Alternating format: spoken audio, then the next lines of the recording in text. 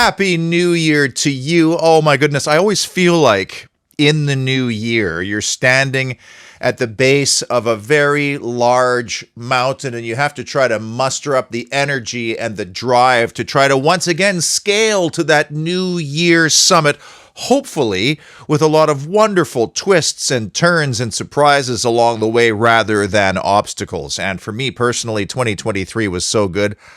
I don't want to see it end, quite frankly. And that translates beautifully to Aston Villa Nation. What a calendar year it was that started with an away win at Spurs and then ended with a very complicated and obstacle-laden game against the Clarets. So let's review, shall we? Aston Villa 3, Burnley 2.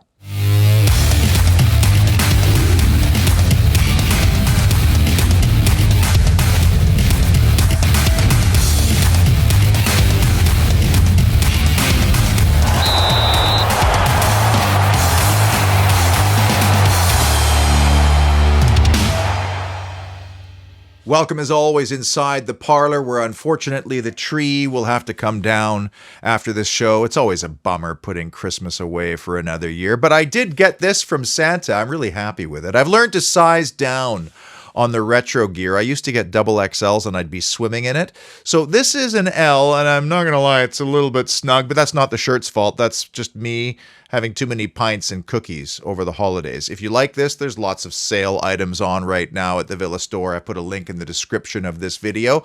And the festive period might have turned out a whole lot different if not for an incredible game. The 100th, by the way, in the history of two founding members of the original Football League, which is a really interesting story just in itself.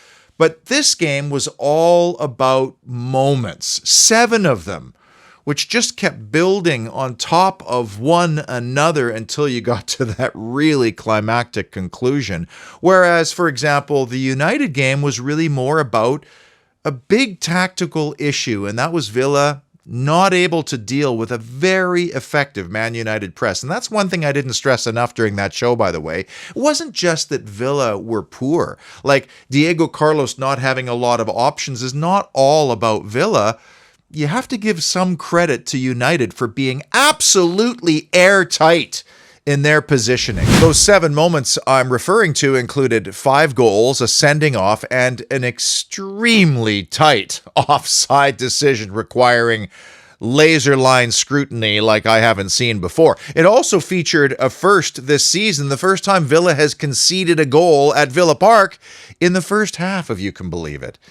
Now, I don't know how you felt about it, but of the 3 newly promoted teams that are currently in a relegation scrap, I just kind of feel like Burnley is the best equipped to get out of that quagmire, and they are the second youngest team in the Premier League behind Chelsea. You have to think, if you keep those guys together, maybe you have to do a yo-yo season, but long term, there's some potential there. So fair play to Vincent Kompany and company. If you're new to this channel, this is the Holy Trinity show, where I break down the 3 key issues or moments that define Villa 3, Burnley 2. And watching live were a couple of correspondents, including our very senior and dependable Alex Dutton, guitar legend from Atarka, who was at VP with camera rolling, while, believe it or not, a North Vancouver transplant. North Vancouver is about a 45-minute car ride from here. Andrew Gardner was back home recording some video as he and his 2 lovely daughters made the trip over. This was the first time in a while I felt some angst from the Villa Park terraces. An impatience, perhaps, with the methodical Villa build-up, particularly when it was 2-2. Once again, the key numbers would make you think we battered Burnley, and maybe we should have, given the XG, which was our second highest behind the Everton win early in the season. Moussa Diaby looked a lot more like the $50 million player we purchased in the summer, although he really probably should have had a hat-trick and will likely have reflected on that on Saturday night, because just one of those 4 Hitting the target would have eased the anxiety an awful lot. Honorary big moment was Pau Torres stepping back onto the park. No Torres, no Kamara, or Yuri Tielemans in this last little stretch, and that is going to make a difference. And it gives me great comfort heading into the January transfer window that Unai Emery said to anybody who would listen, we must have Pau Torres in this team, and that they were able to woo him and get him into our team because we see his absence when he's absent. And Emery also knew a lot about Moussa Diaby from their time at PSG and would have banked that away for future use, which makes me wonder, who else does Unai Emery revere in terms of a footballer that might be on some kind of a target list? Because if his eyeballs and his instincts are that good, and they can get in a guy that he really wants, that's exciting. And I'm going to tell you, this transfer window and any transfer window from now on, it's not going to be about bringing in a warm body. The player who comes in must clearly upgrade the squad or improve in a position substantially. Otherwise, I don't think they're going to make the move. Big moment number 7 was the first equalizer. It wasn't just the manner of how Villa conceded, it was the timing of it, because there they are, finally cracking the nut and scoring first, from which they're pretty deadly this season, especially at home. And not 2 minutes and 12 seconds later, they relinquish the lead. As for the foul that led to the set piece, I call that a classic I am exhausted foul. I don't want to track the runner. I don't want to stay on my feet. This is not a dangerous location for a free kick. F it, you're going down. And then from there, lost duel on the first ball, paging Tyrone Mings, please recover quickly and fully. And then at the back post, also not really contested. I loved how Unai Emery talked about both the goals conceded after the game with that look on his face. You know, that look, too easy. Too easy. A very unwelcome and unexpectedly quick plot twist there. Big moment number 6 was the VAR laser line decision that chalked off what would have been a 2-1 goal for the visitors. And this decision literally came down to shoe size. And you don't need me to tell you how dramatically the complexion of the game might have shifted had that goal stood, because not 4 minutes later, it was Villa who did go and score the 2-1 goal. Big moment number 5 was Leon Bailey's opening goal. Oh, does Leon Bailey love scoring in front of the whole tent? I mean, we've seen that goal a couple of times before, haven't we? It was very similar to the Manchester City goal. Similar location, takes a little ricochet. That was also Ollie Watkins' first assist of the afternoon on his 28th birthday. And you know, if Leon Bailey's goal had counted against Sheffield United, which I think we all agree it should have, he would be up to 7 goals on the season, which is tied with a number of players for 10th in Premier League scoring right now. And that was not to be Leon Bailey's last critical involvement in this match either. Big moment number 4 was the Sander Berge sending off. And most people missed his initial yellow card because it happened in the aftermath of Villa taking the 2-1 lead. So most people didn't even see it and didn't clue in when he got the second one. But unlike Antoine Semenyo at Bournemouth, when Sander Berge decided to go water skiing using Douglas Luiz's jersey, he was sent packing. You could make a case that the sending off actually galvanized Burnley a little bit. We've seen that happen before. I mean, they scored with 10 men, which is pretty incredible, at Villa Park against a team that's currently in second in the league. And Villa did not exploit their numerical advantage despite wave after wave and quality chance after quality chance to make it 3-1 and put the game to bed. And, you know, when you see players not hitting the target from close in, to me, that's a sign, and I don't want this to sound like an excuse, but that's a mentally and physically exhausted team after a grueling month. And I'm sure that it would have meant the world to everybody to get that winning goal going into those 3 days off. I mean, imagine how you would have felt if you hadn't have taken maximum points going into a 3-day break. That will really help the players a lot. And, Burnley didn't have European football to contend with this season, so they were just playing their league fixtures, and they were vibrant and energetic and fearless and precocious. And you know what? They're going to take points off of teams that, on paper, they shouldn't be taking points off of, which may end up being a benefit to Villa. Just before we get to the top 3 big moments, Paul Handsaker of 24/7 Services, the sponsor of this program, was at the Burnley match with some of his kids, but not little Eve, Villa's good luck charm. And when the score was 2-2, Paul was starting to feel guilty that he left Eve at home because she has never witnessed Villa dropping a single point at Villa Park. Thankfully, it all turned out fine in the end. There was an air of relief and festive frivolity in the celebrations afterwards. Paul also had a very important chat with me about the importance of insurance, and literally my breath was taken away when he told me how much 24/7 has to allocate annually to all of its insurance coverage, and thankfully he's never had to use it. But if you're hiring a company, you need to know that they have some liability against damage or, God forbid, injury, because if that happens, you're hooped, they're hooped, everybody's hooped. Just another reason to trust 24/7 Services and Paul and his crew. Big moment number 3, Diaby's deposit. Oh, the 2-1 go-ahead goal was so satisfying and well-crafted. It did require some VAR intervention, which of course sucked the joy and life out of the stadium, as it usually does, but VAR should know by now that of late, 99 times out of 100, Ollie Watkins holds his run to perfection. We don't talk about this enough. It's as if he has radar on either side of his head, and he knows exactly where the defenders are to know when to make the break, and he timed it perfectly on this occasion.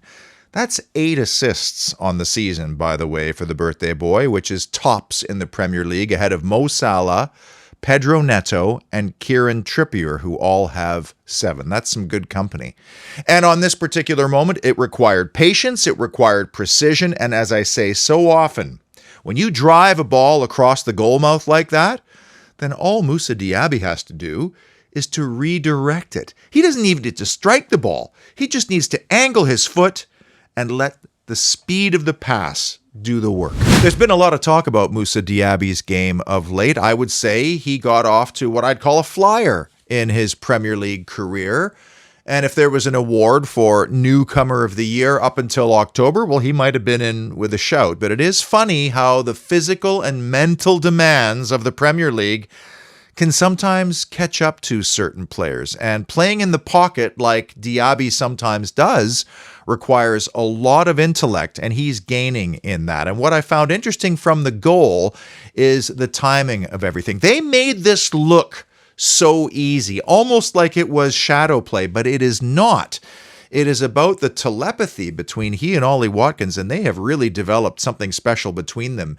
His timing of the run, if he's a split second early, the ball might be behind him. If he's a split second late, the ball might be in front of him, and he times it just right, which is why these two are one of the most productive partnerships in the Premier League. And just imagine what might happen when they get, say, another 50 or so games together under their belts. Big moment number 2, the second equalizer.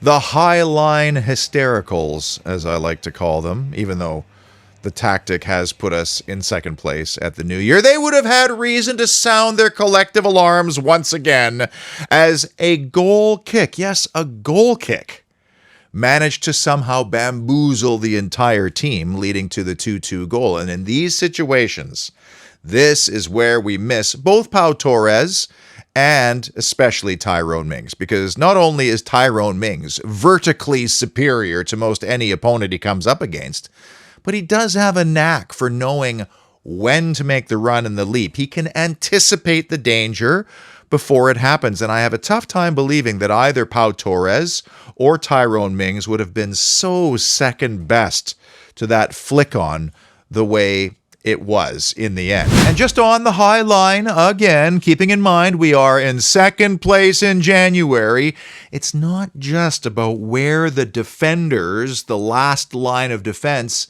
is positioned. It's also what's happening farther up the field, and are we denying the balls over the top in the first place, which was an issue at Manchester United, no question. So it's a combination of two things. Now, against Burnley, the problem on this goal was the fact that nobody contested that flick, and we had to be harder to play against than that flick. But after that, a lot of this is down to a 22-year-old dude named Lyle Foster from South Africa who I'd never heard of before, and with two guys on his back and another guy coming, and Big Emmy probably expecting that the ball was going to be hit a cross goal like it usually is, he hits a fine finish. Again, how much of it was good play by an attacker on a team with 10 players at the moment versus what Aston Villa was doing? And I'm going to say fair play to the guy. He was a nuisance all afternoon. And the number one big moment that defined Villa 3, Burnley 2, penalty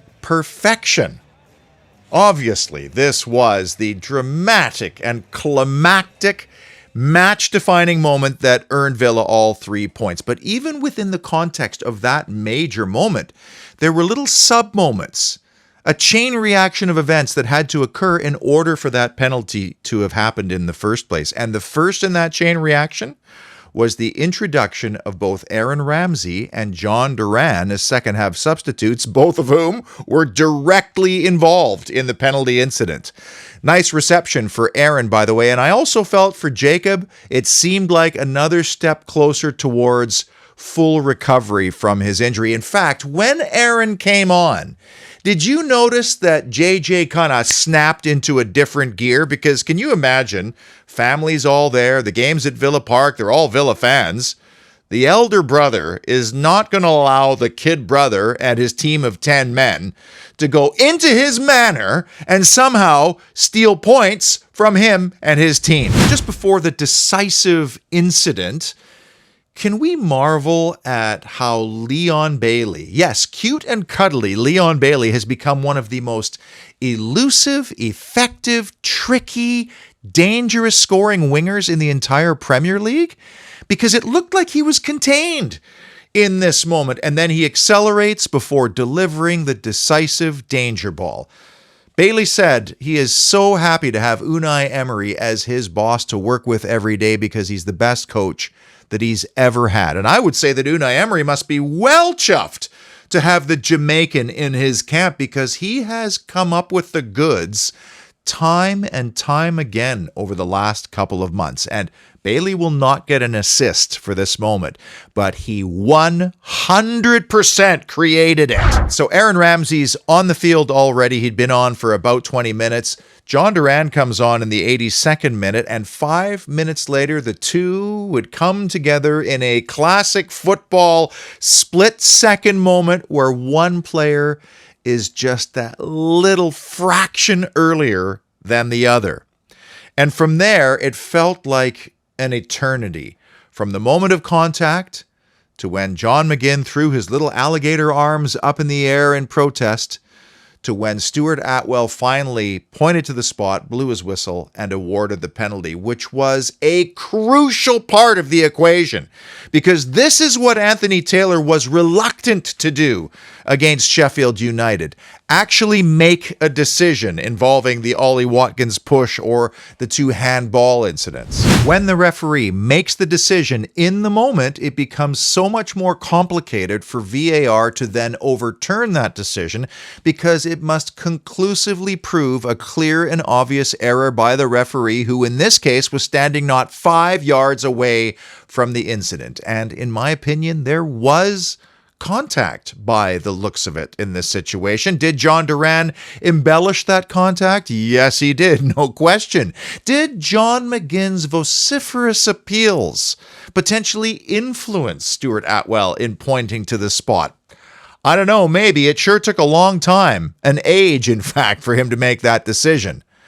But had Stuart Atwell not pointed to the spot and blown for a penalty in that moment, we cannot be sure that VAR might have sent him to the monitor to have a look at it and potentially give the penalty that way. So after the VAR scrutiny and John McGinn grabbing the ball and making sure the opponents aren't scuffing up the penalty mark, we finally get to the penalty itself. And that too was an incredible moment of prolonged drama. I have never seen anybody stare down a goalkeeper for that length of time. Even the moment from the referee's whistle to the kick itself felt like an eternity.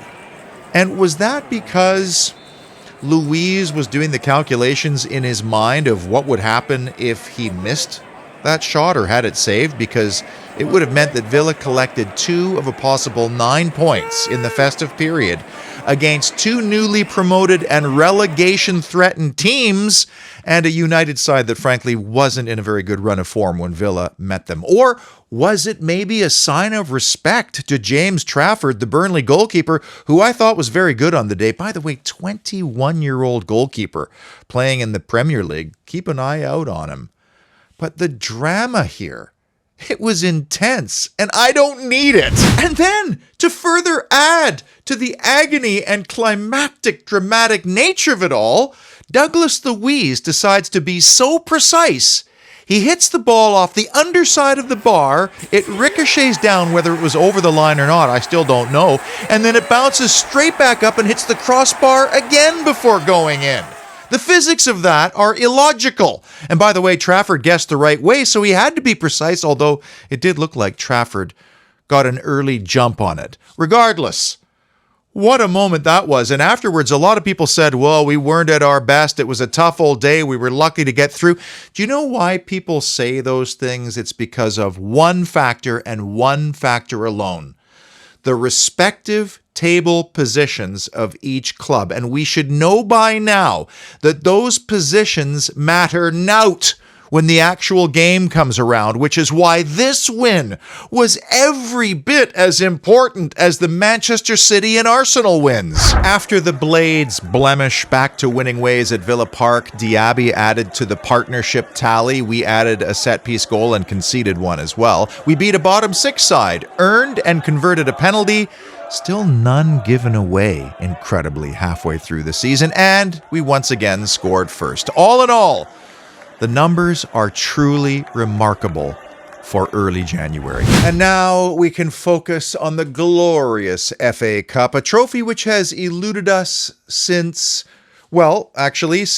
this game, if you can believe it, in 1957. And I think in the priority of things, and Unai Emery said it itself, it's Premier League 1. Europa Conference League now is the second priority. FA Cup right in there after that. And we have a challenging opponent in Middlesbrough away, classic club. So from an historic standpoint, nice fixture for us nostalgics. And Middlesbrough, not a very consistent team right now in the championship. They sit in 12th. That's right down the middle, and they're coming off a very disappointing home loss 3-1 to Coventry City. But interestingly, they are also in the semi-finals of the EFL Cup. In fact, they'll host Chelsea on the Tuesday after hosting us on Saturday. The good news for Villa, though, is just how the January fixtures have played out this year. It's a very oddly quiet month. And the FA Cup rounds are earmarked. So, we play Middlesbrough. If we win that round, well, round 4 is also earmarked in a couple of weeks in January. And you just have to wonder, with the players getting this perfectly timed 3-day break, not having to take part in the Europa Conference League playoff round, which is a huge blessing, and a week between games, you'd have to think that they're going to be refreshed, renewed, and ready for another conquest. And you look at our table position, we could take on all comers. I would love for us to just go for it in this competition because it is such a great trophy to hoist at Wembley. But we've been saying that since 1957, haven't we? It has been a long, long time since we've been in this position at this time of year. Not quite as long as this, but it's been a pretty long time. And some supporters will say we are now in with a legitimate shout of Champions League football. And others will even say that title talk should not be taboo. The mainstream media, of course, is lining us up already for a bottle job, so we can expect that. I will be very curious to know what kind of discussions have taken place between the owners, Monchi and Unai Emery, and whether or not they look at the situation and say, do you know what? We should pounce while the iron is hot. Are we going to find ourselves in a position like this in the near future? Maybe, but should we be aggressive in the January market and go for it? Only time will tell. Until Saturday and the trip to the Riverside, be well. Thank you for watching, and as always, up the mighty Villa.